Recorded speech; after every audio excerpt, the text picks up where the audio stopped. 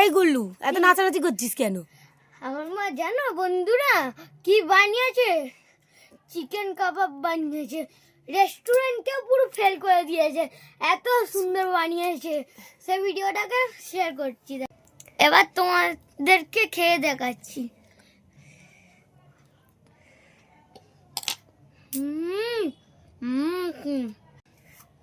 তোমরা বাড়িতে ট্রাই করো, দারুণ হবে খেতে।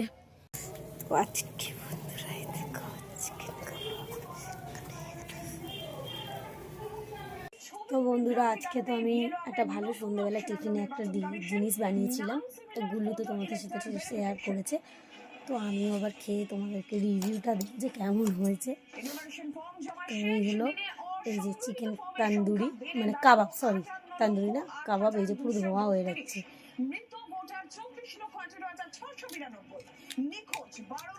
দারুণ হয়েছে, দারুণ। মানে নিজে খেয়ে নিজে প্রশংসা করছি না, দারুণ হয়েছে সত্যি বলছি বন্ধু।